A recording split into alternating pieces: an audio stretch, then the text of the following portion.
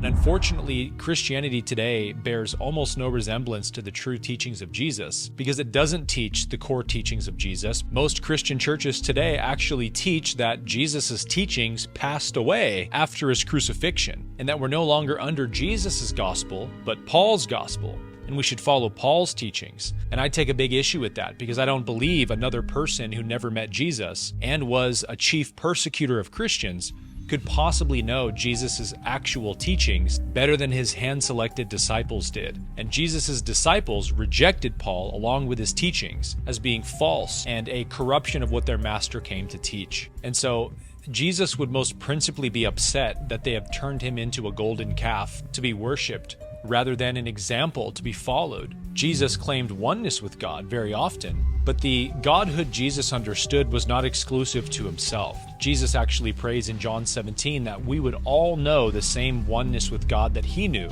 And when people tried to call him good, he said, "Why do you call me good? Nobody is good but God alone." And if we can attribute that statement to Jesus, then it's clear to me that Jesus did not want people worshiping him or turning him into a deity. And what Jesus was trying to do was not to point people to himself and say, "I'm God, worship me and confess me as Lord," but to point people to God and say, if you want to be right with God, you have to follow the greatest commandment, to love God with all your heart and love your neighbor as yourself.